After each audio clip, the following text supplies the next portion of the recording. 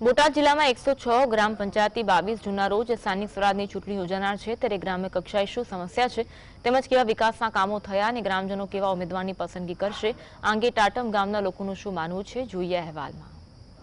બોટાદથી 13 kilometre દૂર Gadhada highway પર આવેલું 12,000ની વસ્તી ધરાવતું ટાટમ ગામ આગામી સ્થાનિક સ્વરાજ્યની ચૂંટણીને લઈને ચર્ચામાં છે। છેલ્લા 2.5 વર્ષથી વહીવટદારના શાસન હેઠળ રહેલું આ ગામ અનેક પ્રશ્નો અને મુશ્કેલીઓનો સામનો કરી રહ્યું છે। ખાસ કરીને વીજળીની અનિયમિતતા અને રોડના કામની અંદર ભ્રષ્ટાચાર મુખ્ય સમસ્યાઓ તરીકે ઉભરી આવ્યું છે, જેના કારણે ગ્રામજનો ત્રાહિમામ પોકારી ઉઠ્યા છે। ગામની સૌથી ગંભીર સમસ્યાઓમાંની એક છે વીજળીની અનિયમિતતા। ધોમધખતા તાપ અને બફારા વચ્ચે વારંવાર વીજળી ગુલ થવાથી લોકોને ભારે હાલાકી ભોગવવી પડી છે। વડીલો અને યુવાનો બહાર ઠંડા છાંયડે બેસી શકે છે, પરંતુ નાના બાળકો અને મહિલાઓની સ્થિતિ અત્યંત કફોડી બની ગઈ છે। આ ઉપરાંત 3 મહિના પહેલા બનેલો સીસી રોડ તૂટી જતાની સાથે જ ભ્રષ્ટાચારના આક્ષેપો પણ થયા છે અને ગ્રામજનો ફરીથી રોડ બનાવવાની માંગ કરે છે। પાણી પુરવઠાની સમસ્યા પણ વરવી છે, જ્યાં દર 4 દિવસે પાણી આવે છે ત્યારે લોકો દર 2 દિવસે નિયમિત પાણી મળે તેવી અપેક્ષા રાખે છે। કેવી જરૂરિયાત છે આપણે જાણીએ। શું નામ છે આપનું?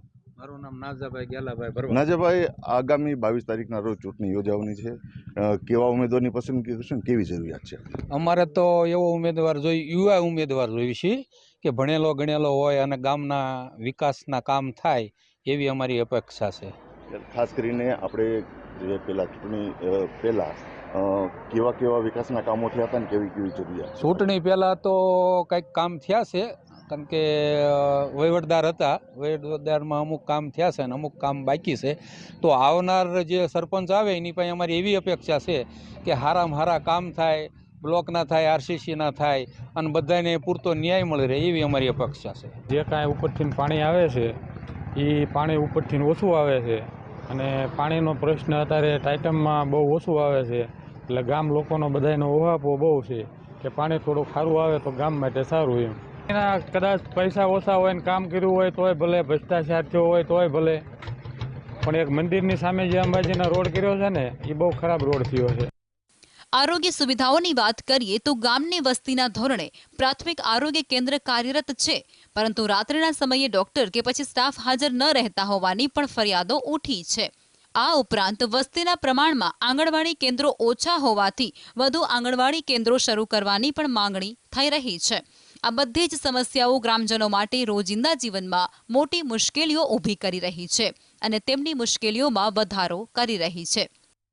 લાઇટનો પ્રશ્ન તો એવો છે કે માનો કે કોઈ સાંટા આવે, કોઈ આડોળું થાય તો 2-3 કલાક લાઇટ વહી જાય, ક્યારેક વારો લાઇટ વહી જાય અને બહુ અતિશય તકલીફ રહે લાઇટની। રોજ વહી જાય લાઇટ?